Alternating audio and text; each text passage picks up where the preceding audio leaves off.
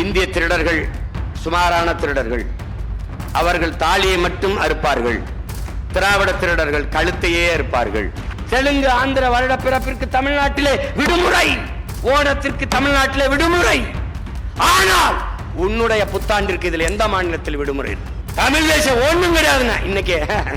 அது ரெண்டும் ஒண்ணுதான், நமக்குள்ள ஒன்னும் பிரச்சனை இல்லை அப்படின்னு. 26க்கு பிறகு திராவிடம் மண்ணுதான், தமிழ் தேசியம் மட்டும்தான் பொண்ணுதான், மின்னும் தான். நாங்க போராட வந்தா பிடிச்சு உள்ள போட்டுருவேன். அவன் ஆட்டோ சங்கருக்கு அப்பனா இருப்பானுங்கிறது எனக்கு சந்தேகமா இருக்கு. நீ விசாரி. நீ கடைசியா இந்த பொங்கலுக்கு இனாம் கொடுத்து பொழைச்சிக்கிட்டு இருந்தா, அதுக்கு இப்ப காசு இல்லை. கொஞ்சோண்டு சக்கரை, ஒரு முளை கரும்பு, ஒரு முளை கயிறு, அது இதுக்கு உத்தரத்துல போட்டுக்கிட்டு தொங்க. கரும இவங்களை ஒழிக்காம தமிழ் இனப்பற்றாளர், தமிழ் இன உணர்வாளர் என்றெல்லாம் சொல்லுவதை நீங்கள் கேட்டிருப்பீர்கள். அது ஒரு மராட்டியர் தமிழ் மீது பற்று கொண்டிருந்தால் தமிழ் பற்றாளர் என்று சொல்வது சரி. ஒரு ஆங்கிலேயர் ஜி போப்பும் கால்டுவெல்லும் தமிழ் மீது பற்று கொண்டிருந்தார்கள் என்றால் தமிழ் பற்றாளர், தமிழ் உணர்வாளர் என்று சொல்வது சரி. ஒரு தமிழரை தமிழ் பற்றாளர், தமிழ் உணர்வாளர் என்று சொல்வது அது சரியல்ல. என்னையெல்லாம் முன்பு அறிமுகப்படுத்தும் போது சீமான் நல்ல தமிழ் பற்றாளர், இவருக்கு புற்று இருக்குங்கிற மாதிரி சொல்வார்கள், இவருக்கு பற்று இருக்குது என்று. தமிழன், எனக்கு என் தாயின் மீது பற்று இருப்பது வியப்பல்ல. அப்படி தமிழை படிக்காதீர்கள், தாய்ப்பால் போல் அள்ளி குடியுங்கள் என்று விடுதலை பாவலர் எங்கள் அறிவுமதி அண்ணன் சொன்னது போல தமிழை தாய்ப்பாலாக குடித்த பிள்ளைகளின் நானும் என் தம்பி பாலமுரளிவர்மனும் இங்கே இருக்கிற பல தம்பி தங்கைகள். இன்றைக்கு இந்த நிலத்தில் தமிழ் தேசியம் என்பது ஒரு வேற்றுக்கரக சொல் போலவும் தீண்டத்தகாத ஒரு வார்த்தை போலவும், தமிழர் என்று பேசுவதெல்லாம் பாசிசம், சாவனிசம், செப்பரேட்டிசம், நகர்ப்புற நக்சல். ஆனால் இவையெல்லாம் கொஞ்சம் கொஞ்சமாக அமைதிப்படுத்தப்பட்டு வருகிறது. 2026க்கு பிறகு ஒரு பயலும் வாயை திறக்க முடியாது. தமிழ் தேசியம் என்றால் எவனும் வாய் திறக்க முடியாது. இந்தியம் எப்படி ஒரு கற்பித்தமோ, இந்த நாட்டை உருவாக்கியவன் அந்நியன், வெள்ளைக்காரன். இந்த நாட்டுக்கு பெயர் வைத்தவன் வெள்ளைக்காரன். ஏன் நாம் இன்று போற்றி பின்பற்றுகிற இந்து என்ற மதத்திற்கு பெயர் வைத்தவனும் சர் வில்லியம் ஜோன்ஸ்ங்கிற வெள்ளைக்காரன். இது எப்படி இந்த நாடு பல தேசங்களின் ஒன்றியமோ, அப்படி பல மதங்களின் ஒரு ஐக்கியம் தான் இந்த மதம். நாங்கள் சிவனை வழிபடுகிற சிவசமயம், முருகனை வழிபடுகிற சைவர்கள், அதிலும் வீர சைவர்கள், மாயோனை வழிபடுகிற வைணவர்கள், புத்தரை வழிபடுகிற பௌத்தர்கள், குருநானக்கு வழியை ஏற்றுக்கொண்ட சீக்கியர்கள், இப்படி பல்வேறு மத வழிபாட்டுகளை கொண்டவர்களை யாவர் பார்சி இல்லையோ, அவன் ஆங்கில இந்தியன் இல்லையோ, அவன் கிறிஸ்தவன் இல்லையோ, அவன் இஸ்லாமியன் இல்லையோ, அவனெல்லாம் இந்து என்று சார் வில்லியம் ஜோன்ஸ் போட்ட கையெழுத்திலே சைவன் நானும் இந்து, வைணவன் அவனும் இந்து, சீக்கியன் அவனும் இந்து, பௌத்தவன் அவனும் இந்து, இப்படியானும் இந்து. இதுவும் ஒரு கூட்டாஞ்சோறு தான். இந்த கொடுமையிலிருந்து தப்பி வரலாம் என்றால் திராவிடர்கள் வந்தார்கள். இந்திய திருடர்கள் சுமாரான திருடர்கள். அவர்கள் தாலியை மட்டும் அறுப்பார்கள். திராவிட திருடர்கள் கழுத்தையே அறுப்பார்கள். இங்க 4 ஆளை கவனிக்கணும். ஒன்னு இந்தியை திணிப்பார்கள். திணிப்பதை எதிர்ப்பது போல நடித்து அதிகாரத்துக்கு வந்தார்கள். இப்போது எந்த இடத்தில் இந்தி இல்லை? இந்த கேள்வியை நீங்கள் எழுப்பணும். இந்த ஒவ்வொரு கேள்வியிலும் பிறக்கும் தமிழ் தேசியம். ஏன், எதற்கு, எப்படி? நிலை கல்வி மானுட உரிமை, அதை கொடுக்க வேண்டியது அரசின் கடமை. இந்த நிலத்திலே கல்வி மாநில உரிமை, அதை பறித்து கொண்டு போகும் இந்தியம், அதை வேடிக்கை பார்த்து கைகட்டும் திராவிடம். இல்லை, கல்வி மாநில உரிமை தர வேண்டும் என்று போராடி மீட்கும் அது தமிழ் தேசியம். கச்சத்தீவு இந்தியாவினுடைய நிலமா? கச்சத்தீவு யாருடைய சொத்து? தமிழ் தேசிய மக்களின் சொத்து. எங்கள் மூதாவை சேதுபதி மன்னனுடைய சொந்த நிலம்.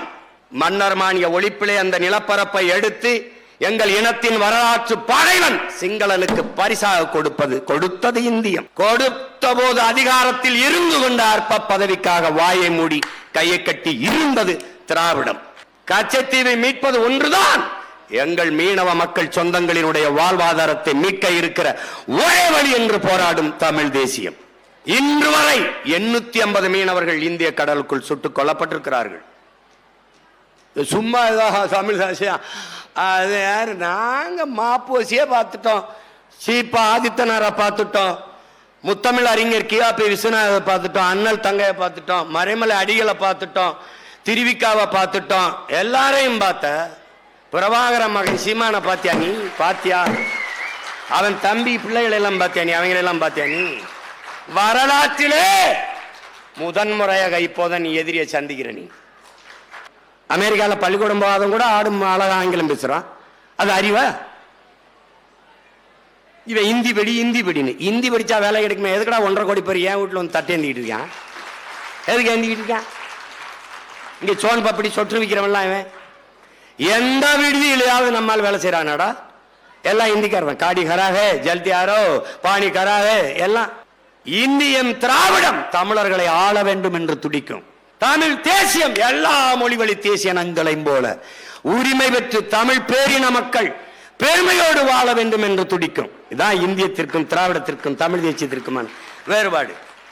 உனக்கு புத்தாண்டுதே தெரியாது. ஆனால் கன்னடர்களுடைய புத்தாண்டுக்கு தமிழ்நாட்டிலே விடுமுறை. தெலுங்கு ஆந்திர வருட பிறப்பிற்கு தமிழ்நாட்டிலே விடுமுறை.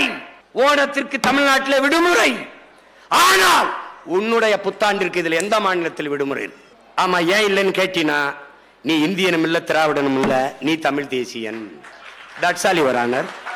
அன்னைக்கு சீமான் வரும்போது இவன்லாம் ஒரு ஆளா சினிமா எடுத்துக்கிட்டு இருப்பான், கதை வசனம் எழுதுவான், இவன்லாம் ஒரு ஆளா. அப்படித்தான் இருந்தேன். எப்ப? 2008 பிப்ரவரி வர. அதுக்கப்புறம் எப்படி தெரியுமில்ல, என் துவக்கிலிருந்து வருகிற தோட்டாவிற்கு என்ன வலிமையோ தம்பி, உன் வாயிலிருந்து வர்ற ஒவ்வொரு வார்த்தைக்கும் அந்த வலிமையாடானர். நீ பதறிட்ட, கதறிட்ட, செதறிட்ட. தமிழ் தேசம் ஒண்ணும் கிடையாதுன்னா இன்னைக்கு அது ரெண்டும் ஒண்ணுதான். நமக்குள்ள ஒன்னும் பிரச்சனை இல்லை அப்படின்னு. 26க்கு பிறகு திராவிடம் மண்ணுதான், தமிழ் தேசியம் மட்டும்தான் பொண்ணுதான், மின்னும் தான். நீ இப்படியே பண்ணிக்கிட்டு இப்படியே பண்ணிக்கிட்டு அண்ணாமலை அண்ணா பல்கலைக்கழகத்துல ஒரு தங்கச்சி நீ பாலியல் தொந்தரவு பண்ணிடுவ, நாங்க போராட வந்தா பிடிச்சு உள்ள போட்டுருவேன். அவன் ஆட்டோ சங்கருக்கு அப்பனா இருப்பானுங்கிறது எனக்கு சந்தேகமா இருக்கு. நீ விசாரிக்க மாட்டேங்கிற. நீ யாரிடம் இருந்து யாரை காப்பாற்ற போராடுற குறவழியை நெருக்கிற. நீ தான் நேர்மையாளனாச்ச. நீ தான் விசாரிச்சு நிலைய நாட்டு. ஒரு பெண்மகள் தனக்கு ஏற்பட்ட கொடுமையை வாக்குமூலமாக கொடுத்ததை பதிவு செய்ய வெளியிட்ட ஒரு கொடுங்கோல் ஆட்சி உலக வரலாற்றில் கிடையாதா? ஹிட்லர் கூட செஞ்சிருக்க மாட்டான். இந்த ஆட்சி தான் என்னை இப்படி சித்திரவதை செஞ்சான். அவன் வாக்குமூலத்தை வாங்கி அப்படியே வெளியிட்டு அது டெக்னிக்கல் எரர் அப்படின்னு. எப்படி இருக்கு? துப்பாக்கி எடுத்து ஒரு போடா போட்டு கொன்னுட்டு விசாரிக்கும் போது, சாரிங்க டெக்னிக்கல் எரருங்க, அது அப்படி சுத்திக்கிட்டு இருந்தா வெடிச்சிருச்சுங்கன்னா விட்டுருவியா நீ? என்ன மாதிரி ஆட்சி, என்ன அதிகாரம் இது? கடைசியா இந்த பொங்கலுக்கு இனாம் கொடுத்து பொழைச்சிக்கிட்டு இருந்தா அதுக்கு இப்ப காசு இல்லை, அதுக்கும் காசு இல்லை. எங்க பய மக்கள் நாள் பூரா வேலை. 5 மணிக்கு போய் சாயந்தரம் பொழுது கிளம்பி பொழுது சாய உழைச்சு ரத்தம் வேர்வையா உருகி ஓட, உடம்பெல்லாம் உப்பு பூக்க, காலில் பெருவெடிப்பு வெடிக்க, கண்ணு முடி பிதுங்க, கண்ணச்சத தொங்க, வெம்பாடு பட்டு உழைச்சு ஒரே ஒரு பண்டிகை பொங்கல் அவனுக்குன்னு இருக்கிற பண்டிகை. அதுக்கு 1/2 கிலோ அரிசி, கொஞ்சோண்டு சக்கரை, 1 முளை கரும்பு, 1 முளை கயிறு. அது இதுக்கு உத்தரத்தில் போட்டுக்கிட்டு தொங்க. கரும இவங்கள ஒழிக்காம அவன் சரணடைஞ்சிட்டான். சார் நான் பேசிக்கலாம் வாங்க, சரி விடுங்க, எதா இருந்தாலும் பேசிக்கலாம். இவன் அப்படிதான். நீ கூட்டணி போகாம என்ன பண்ணுவ? என்னத்தையே பண்ணிட்டு போறேன் உனக்கு என்ன? என்னத்தையே பண்ணிட்டு போறியா உனக்கு என்ன? அது இல்லை, உங்க கட்சிக்காரர்கள் சுதந்திரம். அதை நானே கவலைப்பண்ணி ஏன் கவலைப்படுற? நான் சொன்னேன், என் கட்சி கூட்டத்தில் வந்து நில்லு. இம்முறையும் நாம் தனித்துத்தான் போட்டியிடுகிறோம் சொல்லும் போது எழுப்புற கையொலியும் ஆர்ப்பரிப்பையும் பாரு. கூட்டணி வைக்கவில்லை என்றால் தற்கொலை, கூட்டணி வைப்பது என்பதே தற்கொலை. எதற்காக கூட்டணி? யாரோட கூட்டணி? இந்த நிலப்பரப்பிலே பெரிய கூட்டணி வைத்திருக்கிற ஒரே மகன் நான் தான், நாம் தமிழர் கட்சி தான். எப்படி சீமான்? எவனவன் 2000 3000 ஏக்கர் விளை நிலத்தை என் ஆண்டோனும் முன்னோனும் உழுது தெல்லு உழுதியா ஆக்கி காட்டை மேட்டை திருத்தி விளைநிலமாக மாற்றி வைக்கிற என்னுடைய நிலத்தை நீ எவ்வளோ முதலாளிக்கு தொழிற்சாலை அமைக்க எடுத்துக் கொடுப்பாய் என்று எந்த தொழிற்சாலை அரிசி பருப்பை விளைய வைக்கும் உற்பத்தி செய்யும் என்று கேள்வி எழுப்புகிற அறிவார்ந்த பெருமக்கள், தொழிற்சாலை வேலை கொடுக்கும், வேலையிலே சம்பளம் கொடுக்கும், சம்பளத்தை வைத்து என்ன செய்யலாம்? சாப்பிடலாம். சாப்பாடு யார் கொடுப்பா? இந்த கேள்வி எழுப்புற ஒவ்வொரு மகனும் என்னோட கூட்டணி